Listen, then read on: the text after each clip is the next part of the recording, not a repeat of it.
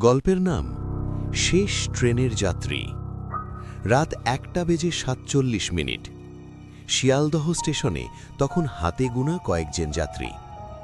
হলুদ আলোজ্বলা প্ল্যাটফর্মটা যেন ধীরে ধীরে অন্ধকারে মিলিয়ে যাচ্ছে। অর্ণব কলকাতার একটি নিউজ চ্যানেলের রিপোর্টার। আজ হঠাৎ করেই তাকে পাঠানো হয়েছে এক অদ্ভুত রিপোর্টের খোঁজে।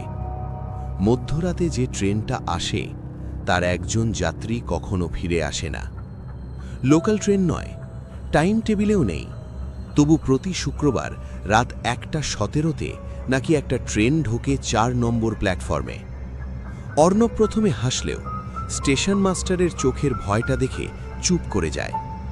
বাবু, ওই ট্রেনে উঠবেন না, গত 3 মাসে 7 জন নিখোঁজ। অর্ণব ক্যামেরা অন করল। ঠিক তখনই ট্র্যাং ঘ্যাড়্যাং ঘ্যাড়্যাং একটা পুরনো কালচে ট্রেন ধীরে ঢুকল প্ল্যাটফর্মে। কোনো নম্বর নেই, কোনো লাইট নেই, শুধু ভেতর থেকে আসছে হালকা কাঁদার শব্দ। দরজা খুলল। ভেতরে মাত্র একজন যাত্রী, মাথা নিচু করে বসে আছে, মুখ দেখা যাচ্ছে না। অর্ণব গিলল, এক্সকিউজ মি, আপনি কোথায় যাবেন? লোকটা ধীরে মাথা তুলল। চোখ নেই, শুধু ফাঁকা গর্ত, আর গলা থেকে বেরুলো কাঁপা কণ্ঠ, তুই তো আগেও এসেছিলি। অর্ণব পিছিয়ে যেতে চাইল, কিন্তু দরজা নিজে থেকেই বন্ধ হয়ে গেল। ট্রেন চলতে শুরু করল। মোবাইল কাজ করছে না, ঘড়ির কাঁটা থেমে গেছে। আর তখনই অর্ণব বুঝল, এই ট্রেন সময় চলে না, এটা চলে স্মৃতির ভেতর। ট্রেনটা কোথায় যাচ্ছে?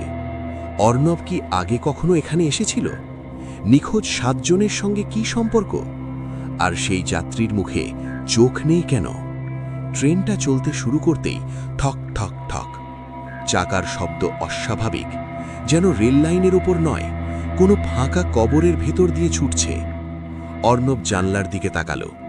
বাইরে কোনো স্টেশন নেই, কোনো আলো নেই, শুধু ঘন কুয়াশা, আর মাঝে মাঝে ভেসে উঠছে মানুষের মুখ। চোখ বন্ধ, মুখে যন্ত্রণা।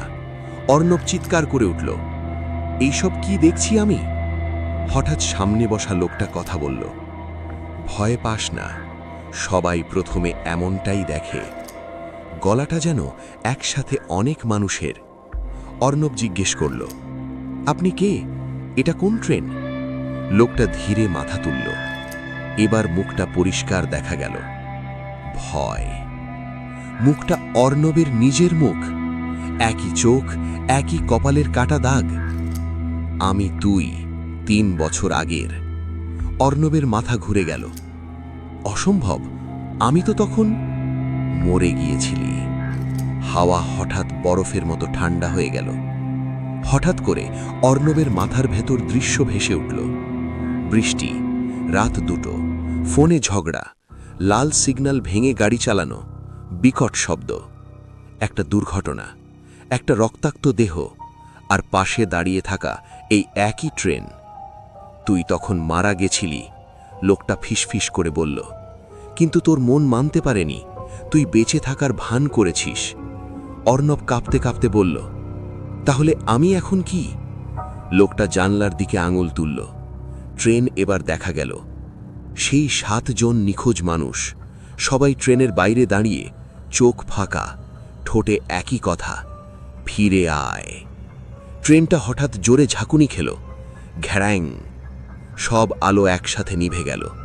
অন্ধকারে শুধু শোনা যাচ্ছে শ্বাসের শব্দ, ধুকপুক ধুকপুক হৃৎস্পন্দন, আর দূর থেকে কারো কান্না। অর্ণব চিৎকার করল, থামাও, প্লিজ থামাও। ঠিক তখনই ট্রেনের দরজা খুলে গেল। দরজার বাইরে দেখা গেল এক অচেনা স্টেশন। নাম লেখা বোর্ডে লাল রঙে ঝলমল করছে, পুনরায়। স্টেশনের চারপাশে অসংখ্য মানুষ দাঁড়িয়ে, সবাই নীরব, সবাই একই দিকে তাকিয়ে আছে। একজন ধীরে এগিয়ে এলো। সে স্টেশন মাস্টার, কিন্তু মুখটা পচে গেছে, চোখে রক্ত জমে কালো।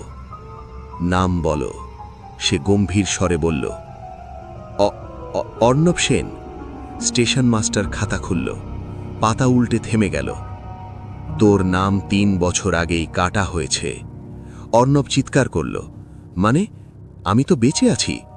তখন পিছন থেকে সেই লোকটা, যার মুখ অর্ণবের মতো, ধীরে বলল, তুই বেঁচে নেই, তুই শুধু ভুলে গেছিস যে তুই মরে গেছিস।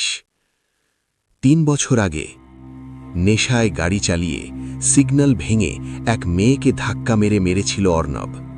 ভয়ে সে পালিয়েছিল। সেই রাতেই তার নিজের গাড়ি রেল লাইনে উঠে গিয়ে ট্রেনে ধাক্কা খায়। শরীর পাওয়া যায়নি, কারণ তার আত্মা তখনও পালিয়ে বেড়াচ্ছিল। স্টেশন মাস্টার বলল, এখন 2টা পথ আছে, এক, সত্য মেনে নিয়ে এখানেই থেকে যা, অথবা জীবিতদের জগতে ফিরে গিয়ে নিজের অপরাধ স্বীকার কর। অর্ণব কাঁদতে কাঁদতে বলল, আমি ফিরতে চাই। স্টেশন মাস্টার ধীরে হাত তুলল।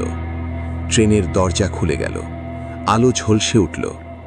হাসপাতালের বেডে অর্ণব চোখ খুলল। ডাক্তার চিৎকার করল, সে জেগে উঠেছে। কিন্তু পাশের টিভিতে খবর চলছিল, 3 বছর আগে মৃত রিপোর্টার অর্ণব সেন আজ হঠাৎ কোমা থেকে জেগে উঠল।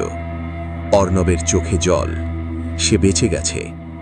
কিন্তু রাত 1:17 হাসপাতালের জানলার বাইরে একটা ট্রেন দাঁড়িয়ে থাকে, আর ভেতর থেকে ভেসে আসে এক কণ্ঠ, পরের বার আর ফেরার সুযোগ থাকবে না।